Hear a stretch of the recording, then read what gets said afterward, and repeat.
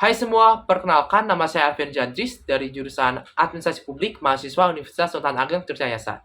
Nah, pada video ini saya ingin menjelaskan mengenai apa itu manajemen ASN.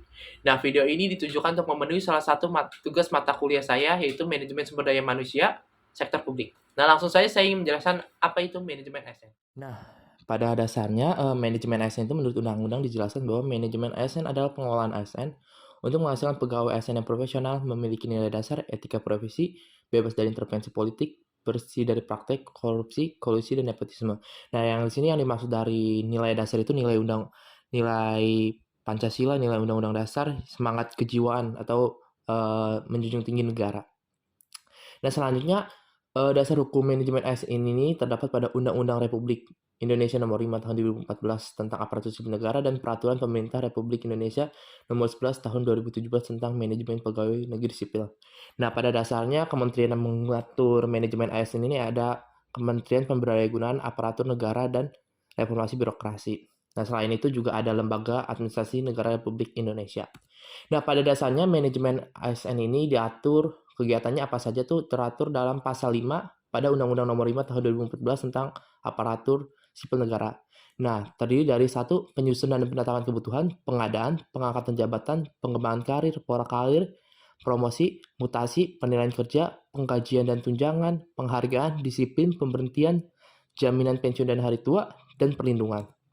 Nah, selanjutnya yang dimaksud dengan penyusunan dan penetapan kebutuhan yaitu setiap instansi pemerintah wajib menyusun kebutuhan jumlah dan jenis PNS berdasarkan analisis jabatan dan analisis beban kerja. Nah, yang dimaksudkan dari penyusunan dan penetapan kebutuhan itu yaitu setiap instansi perlu membuat suatu susunan rencana mengenai pegawai yang dibutuhkan itu seperti apa, yaitu melalui analisis jabatan dan analisis beban kerja. Nah, di sini ada contoh penyusunan kebutuhan di mana setiap instansi pertama-tama tuh menganalisis jabatan apa yang sedang kosong dan diperlukan. Misalnya ada jabatan yang orangnya akan pensiun, nah itu harus dicari penggantinya, jangan secara mendadak. Nah, selain itu juga ada analisis beban kerja. Analisis beban kerja ini untuk melihat seberapa berat pekerjaannya tersebut, seberapa penting pekerjaannya itu, sehingga perlu dicari orang seperti apa yang sesuai dan juga pengkajian yang tepat. Nah, selanjutnya pengadaan. Nah, pengadaan ini merupakan kegiatan untuk mengisi kebutuhan jabatan administrasi atau jabatan fungsional dalam suatu instansi. Nah, setelah tadi penyusunan perencanaan, lalu dicarilah orang-orangnya. Nah, seleksi ini bisa dari seleksi mencari dari luar yaitu melalui pengadaan CPNS ataupun dari dalam lagi internal dengan penaikan jabatan. Nah, pengangkatan di jabatan. Pengangkatan PNS dalam jabatan tertentu ditentukan berdasarkan perbandingan objektif antara kompetensi, kualifikasi, dan persyaratan yang dibutuhkan oleh jabatan dengan kompetensi, kualifikasi, dan persyaratan yang dimiliki pegawai. Jadi maksudnya ini jabatan. Jadi setiap di dalam PNS itu juga manajemen ASN ini juga mengatur tentang jabatan seseorang, jenjangnya. Nah, jenjang ini berguna untuk pengembangan karirnya. Nah, sini masuk ke pengembangan karir. Pengembangan karir PNS dilakukan berdasarkan kualifikasi, kompetensi, penilaian kerja, dan kebutuhan instansi pemerintah. Pengembangan karir PNS dilakukan dengan mempertimbangkan integritas dan moral. Nah, pada dasarnya pengembangan karir ini tuh ASN itu memang pada dasarnya harus melakukan pengembangan karir. Nah, yang menjadi pertimbangannya itu tuh ada dua, berdasarkan kemampuannya dan juga ada pertimbangan integritas dan moral. Kinerja juga diperhatikan. Nah, yang selanjutnya ke pola karir. Nah, setiap instansi menyusun pola karir PNS secara khusus sesuai dengan kebutuhan berdasarkan pola karir nasional. Nah, di sini ada gambar pola karir ASN. Jadi, manajemen ASN juga mengatur mengenai jabatan-jabatan yang perlu diisi. Nah, yang selanjutnya promosi PNS. Promosi PNS dilakukan berdasarkan perbandingan objektif antara kompensasi, kualifikasi, dan persyaratan yang dibutuhkan oleh jabatan penilai atas prestasi kerja, kepemimpinan kerja, kreativitas, dan pertimbangan dari tim penilai kerja ASN pada instansi pemerintah tanpa membedakan gender, suku, agama, ras, atau golongan lainnya. Nah, pada dasarnya promosi ini tuh menaikkan jabatan seorang PNS. Nah, ini merupakan hak PNS. Nah, selanjutnya itu mutasi. Mutasi itu yaitu setiap PNS dapat dimutasi tugas atau pindah lokasi dari instansi pusat ke instansi pusat lainnya atau ke instansi daerah dan lainnya.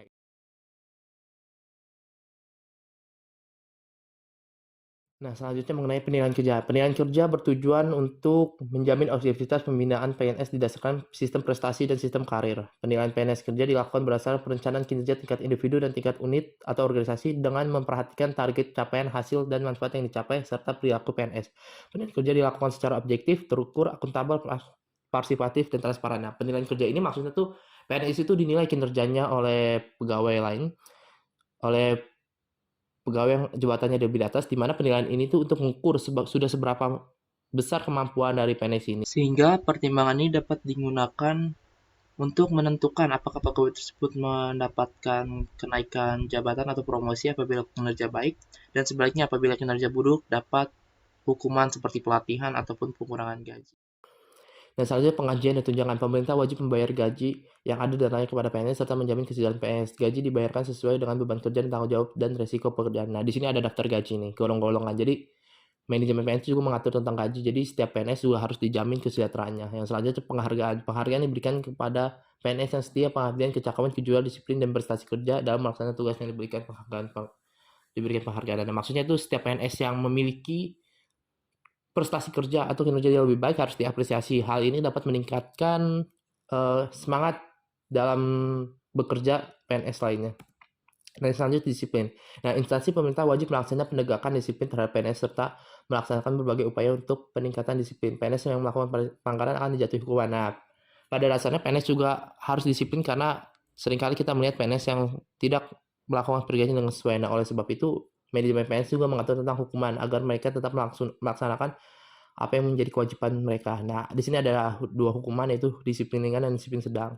Dan selanjutnya pemberhentian. Nah, pemberhentian ini dimaksud ada beberapa hal. Bisa diberhentikan dengan hormat karena meninggal, atas peninggalan sendiri, pencapaian batas usia pensiun, pendampingan organisasi atau kebijakan pemerintah yang mengakibatkan pensiun dini atau tidak cakup jumlah sendiri sehingga tidak dapat menjalankan tugas dan kewajiban.